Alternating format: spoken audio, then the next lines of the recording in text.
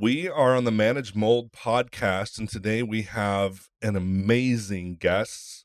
This is one of my favorite people in the world because this person and his wife, this is Michael Pinto, uh, he brought our family through a really dark time in our life when we were dealing with the mold issues. So if you listen to podcast 1, we told you about that story. And this is what I consider my chief mentor in the industry and in this realm of mold.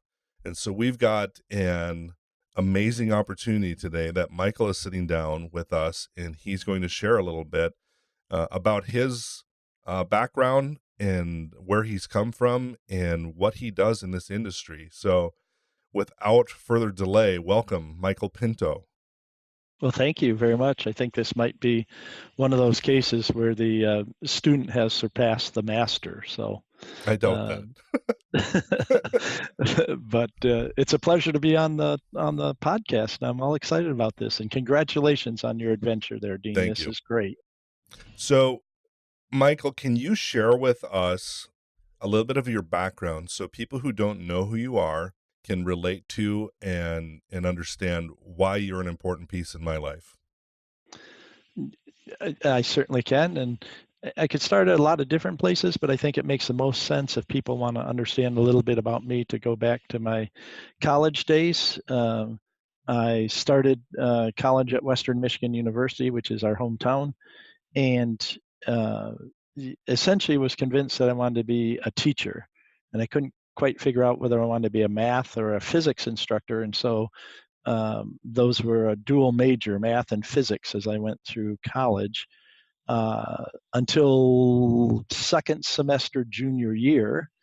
And some of the physics got real theoretical at that point. You got to remember this is 40 some years ago, so weren't quite as advanced as we are now. We didn't have the understanding of quarks and some of the small particles like we do now. But literally, my chairperson of the physics department said, uh, you know, you've got a good handle on this, but you don't understand, quite bluntly, the philosophical background on some of this. And he suggested that I take a history of philosophy course so that we could put the context of the physics into the whole idea of how it works with us and what it means in a bigger picture of things. And quite honestly, for somebody who was very focused on the math and the physics and only took the other classes that I needed to round out my general ed stuff, to get into a philosophy class where there was no right or wrong answers, where you could just argue your way to a better position, which I never had a problem with because I'm number 6 of 12 in family. That So helps.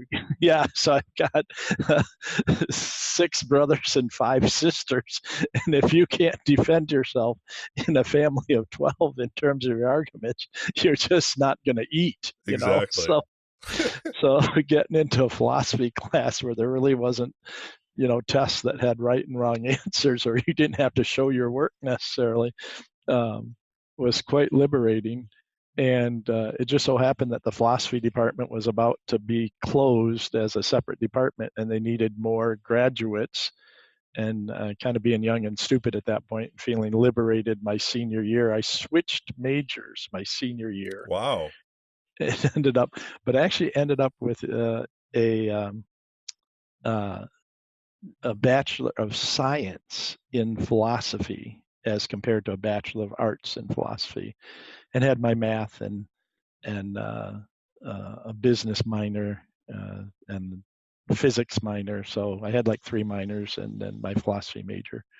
But uh, quite honestly, it was kind of fun in college, that last year in college and all of that. But then I graduated and I was unemployable. So what do you do with a philosophy major, right? Exactly.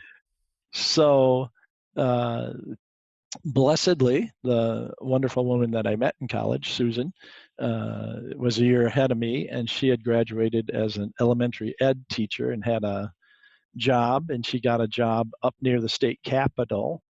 And so, since she already had a job when I graduated, we moved up in that direction with her, and we got married that summer.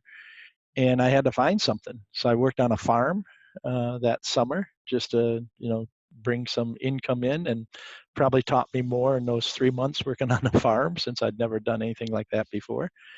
And then just kept casting around and ended up um, being able to find a job with the Michigan Department of Occupational Safety and Health, or MIOSHA.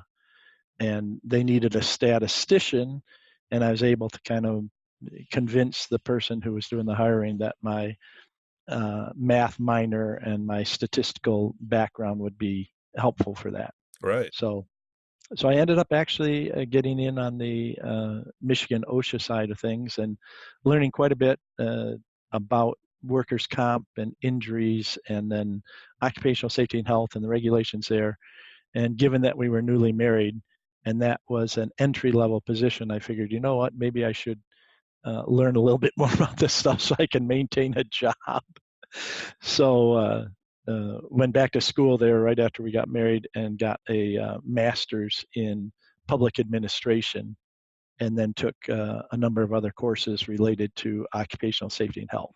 So my background is kind of varied, as you heard, but professionally, since the few months after college, I've been in the safety and health arena. And it started out more on the safety side, but eventually migrated a little bit more to the health side. And I can tell you about that if you're interested too. Well, here's what I would like you to share. There's a piece that you share with your students and with others that I've heard you share, and it's always stuck with me. And it was the story of, why did you leave Michigan OSHA? You had set this up long before you left, and just share your philosophy on why you did what you did and how you ended up where you are. Well, thank you.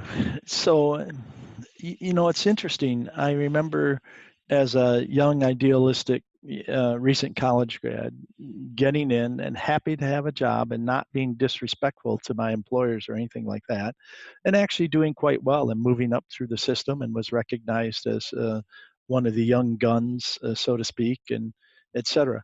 But I was surrounded by people who were interested in putting their 20 years in and retiring, or 25 or 30 years or whatever it was.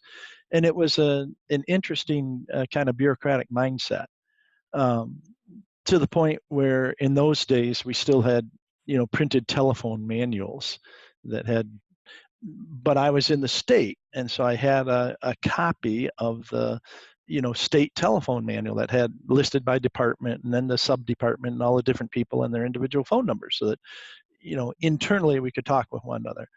And of course, we would get calls that would come into the office, and they would be people who had no idea, uh, you know, who they needed to talk to at the state. They knew that they needed some help from somebody.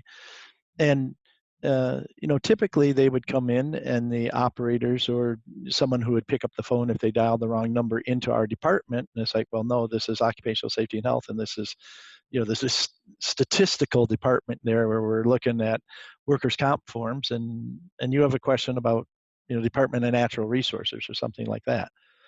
And too often I would hear people in the office, and they would just say, no, I'm sorry, I can't help you. And so I started letting them know, well, if you ever get calls like that, just send them over to me, and I'll spend a few minutes and I'll look up in the telephone book, see if I can't help them.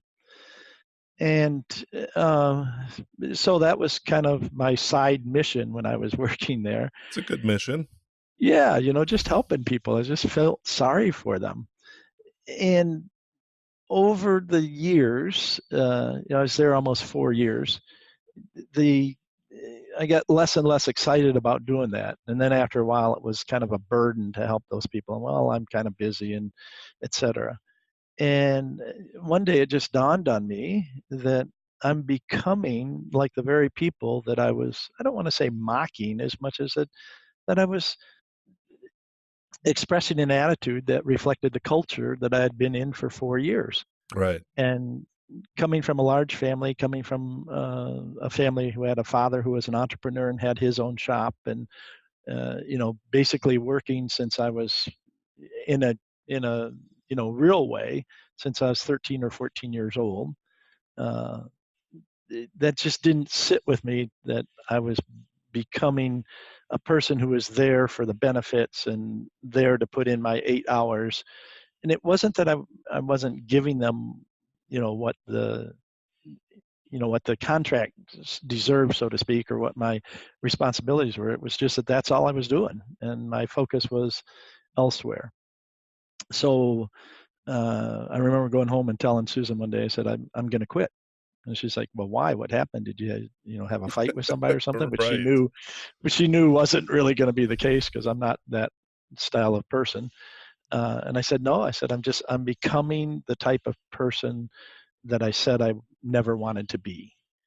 And I need to get back to being able to serve people with a whole heart rather than just out of a feeling of obligation. And at the time, once I just kind of briefly mentioned to some people that I might be looking for something else, I was afforded an opportunity to interview at the National Safety Council in Chicago, and eventually became the manager of the labor department over there, where I was working with unions and things. Um, and proud to say I was the youngest manager, and I think to this day, I haven't really gone back and checked the statistics, but I'm pretty sure that I was the youngest manager to this day employed by the National Safety Council. It was Well, in my mid 20s. you definitely had a hand that was guiding you all along the way up to this point.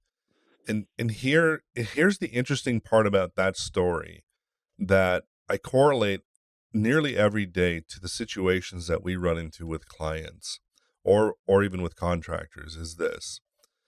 You had made a decision ahead of time. You had purposed that when you got to a point where you felt like you were, and tell me if my words interpreting what you said are wrong, but when you got to a point where you felt like you had succumbed to a culture that was less than what it could be, it was time for you to move on and do something that was greater and something that would fit how you wanted to help other people. Dean, I think that that's an accurate statement. I would be very blunt and honest and tell people that um, at the time, particularly in my mid 20s, I did not realize that I was being called to, certain positions and stations in life. Um, I wasn't, I didn't have that strong of a relationship with the Lord to actually understand that. In retrospect, that's all very clear in terms of how He was guiding my path and how, Right. that I I could be a disgruntled a high school or college teacher at this point with a bad tweed suit with chalk all over it if it wasn't for some of those decisions Right. that happened back there. But I think I clearly believe that God had a plan for me, and I'm just sorry that I wasn't more in tune with it when I was younger. But I'm grateful that He allowed me to see His wonder and His mercy in my life, and continue to guide me even to this day. Yeah, and I appreciate that. And here is a comparison that I make often. In the remediation or restoration industry, or contractors, however people want to view this, because obviously there's a number of different people who listen to this podcast and they'll come from different perspectives. But there is a disease that affects or afflicts probably every human being if you allow it to, and that is complacency.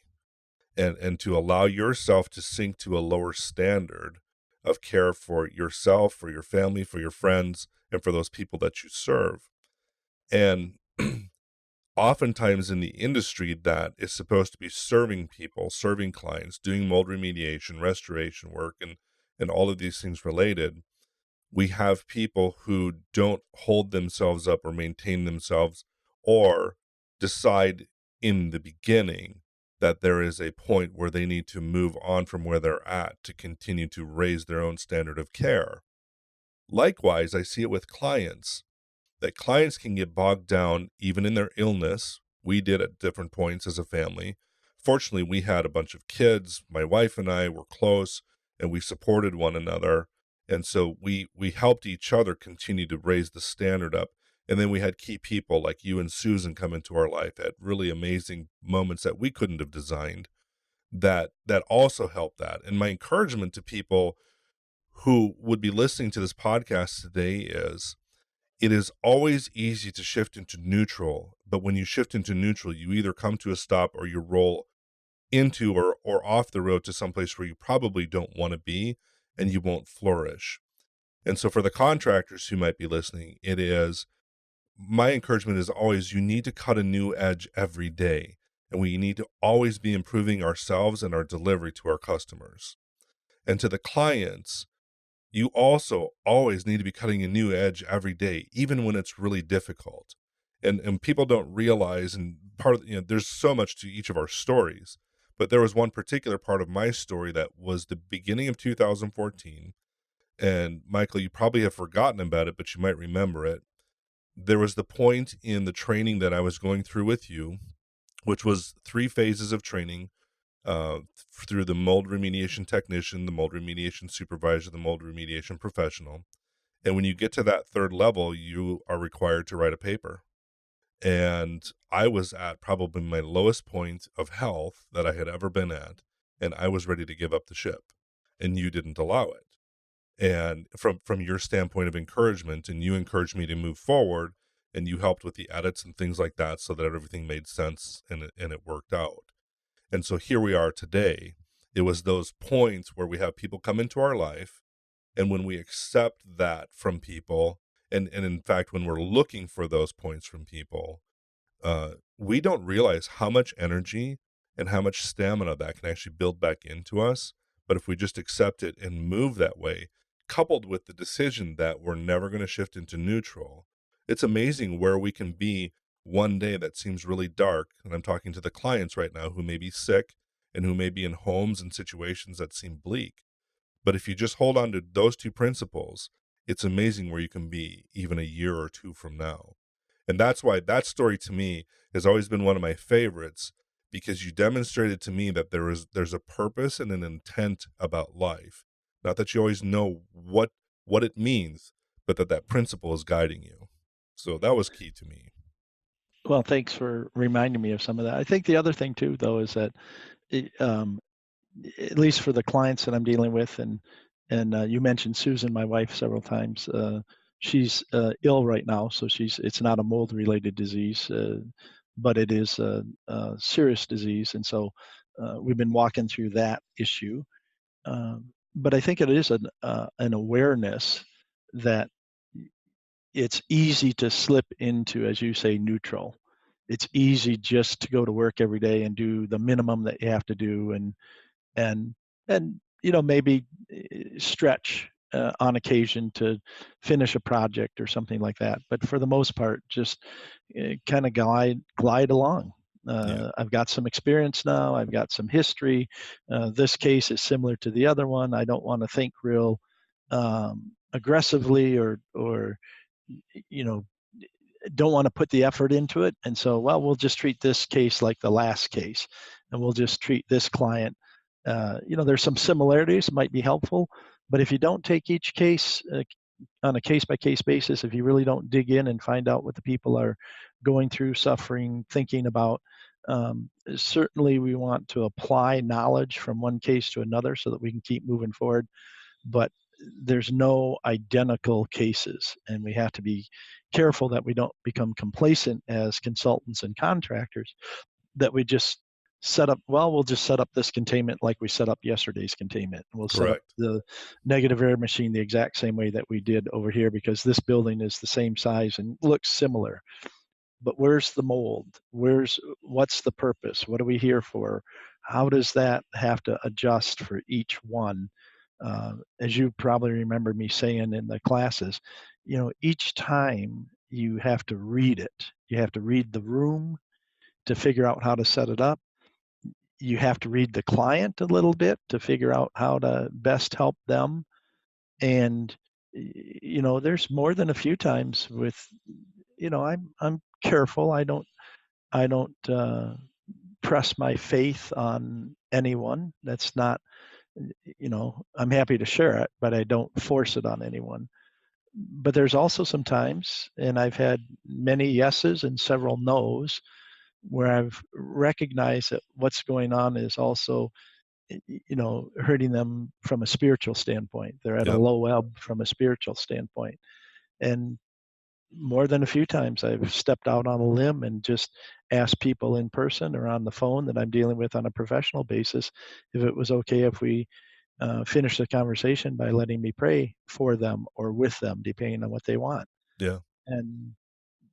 And the results always surprise me that some of the people that I'm most nervous about that I would think might not be interested sometimes are the most interested, and others that I get a sense, well, they really should appreciate this, and sometimes they're the ones that will say no. But Right.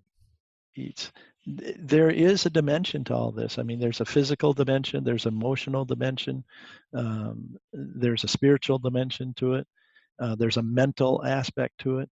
And if there's one thing that I've learned, and not just in the mold side of thing, I've uh, we'll loop back in a minute. We'll talk about how have a experience in the asbestos field and other indoor contaminants, indoor air quality, and lead and radon and those sorts of things.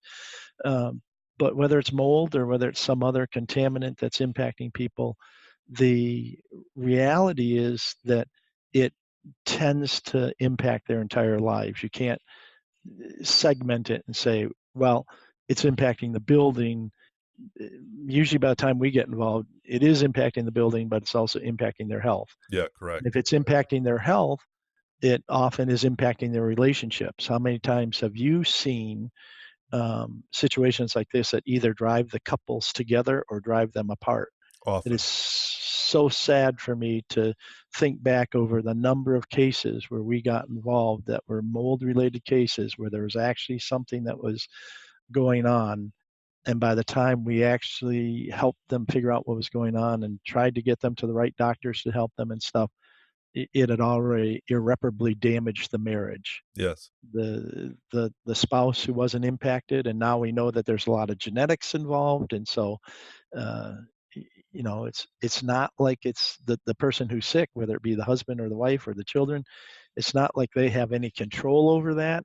Yeah. It's a combination of the environmental factors and the genetics, and just because their spouse has different genetics and doesn't have that impact, and then they get um, the skepticism of the medical community and the rest of their friends and stuff that he or she is just a whiner and it's all in their head and Right. it's not really real because the quite bluntly a lot of the standard medical community is slow to catch up on these things, and it has impacts well beyond just the physical, the emotional, the relationship, the spiritual. How many times have you probably heard people like I have who said at their low points they just felt like God abandoned them. They're Yeah. people of faith who are willing to give up their faith. Yeah. It's a horrible situation. And if I think I'm speaking for you as well, if we can be a help in those situations and just really let people know that there are causes for this in most cases, those causes can be remedied both on the environmental side and now the understanding that we were probably, in my opinion, 5 to 10 years ahead on the remediation of the building side than we were on the medical side. And the Agreed. understanding that the remediation on the physical side, taking care of the environment and then medical have to be matched. And for a lot of people, if you just go down one path and don't pick up the other, um, they're never going to get better. Correct. They they have to be merged. Yeah, and amazingly, we were able to see that play out in real time in our life, and everything you have said resonates exactly with me. I'm absolutely convinced that so many people who will listen to this podcast and who are listening now are going to be impacted by the things you just shared. And for the people listening, I just want you to understand, if this resonates with you, and if you're hearing what Michael is saying, not only the words, but if you hear the tone and the sincerity that he is talking to us with, I really encourage you, you must connect with materials dating back even 15 and 20 years that Michael has been part of writing or that he links in his websites to you. I link Michael's work to every one of our clients because it is so foundational to our industry and to the problems that people are suffering in their home. And I want people to understand that this is a key change point for them to be introduced to a person like you. And I'll include Susan because you and Susan are part of this thing together, and then your staff at Wonder Makers. People need to connect with this part. If they fail to connect with this part, they're going to be tossed back and forth by the waves that are still alive and well in this industry and in the medical industry. And so I just want them to know that right now. And I want to wrap up the introduction part for this part of the podcast. And if you've got time, I think we should bridge into a second part. And then I think we should go into a couple other pieces. But where are you at right now? And what is your role? What do you do for people now? Well, that's interesting, and it kind of links back to what I said I was going to loop to anyway. After I left the national or the Michigan OSHA and went to the National Safety Council, that's where I got my first taste of the occupational health side of things. Because at the time that I moved there, it was just at the understanding of asbestos being something other than a miracle mineral and actually having some health effects. And the health community, the occupational hygiene side of the equation was a little slow, in my opinion. There's a lot of different opinions here, but in my opinion, they're a little bit slow to catch up on it. And the wave of the asbestos broke so high and so fast that they needed, professionals to help deal with it. And so quite a few of us on the occupational safety side actually wandered in, if you will, because there was such need on the asbestos side, and started cutting our teeth on the occupational health side. And um, I am proud to say I was one of the founding members of the Asbestos Victims of America. And that kind of goes back to what we were talking about a moment ago. What do I do? How do I help people? And the answer is you realize that when people are hurting, particularly from an occupational disease or an environmental disease, or a safety issue or something like that, that our job is to support them throughout that process, but what I call compassionately critical. Uh, you can't just feel sorry for them. You got to help them figure out what's going on, and sometimes that's a tough love sort of thing. It's like, come on, you got to get up, you got to get moving here. You can't be complacent. You can't stay in neutral. And Right. for the person who's sick and isn't feeling well, many times that's a hard message, and you're mean and you don't understand how I feel. And the answer is, yeah, I do have a sense of how you feel. Yeah. My empathy for hundreds of other clients, but also, just some experiences on my own. So, um, and there are similarities: asbestos exposures and lead and radon and environmental diseases, chemical exposures, multiple chemical sensitivities. Um, I've had an exposure to high levels of chlorine, an accidental chlorine release at a chemical plant while I was there, not not for that issue. I was there for a different issue, and had an emergency and got exposed to chlorine. I had some lung damage, temporary lung damage and stuff. So when people say, well, you don't understand, the answer is, yeah, I think I understand a little bit more than you may realize. Chlorine lung damage is real. Yeah. Yeah. Yeah. And when it occurs, and that's another thing too, Dean. I'll just kind of finish with this. Some of the things that I say in my classes, I don't go into the background, but they come from real life. Mm, um, yes. so I'm there at this chlorine plant for a meeting, and well, a chemical plant. It wasn't, they were making chlorine, but they were making other things, and they had an accidental release of chlorine, and the alarms go off. And um, in some respects, people were a little lackadaisical on the office building side about following the protocols, getting out, getting to the,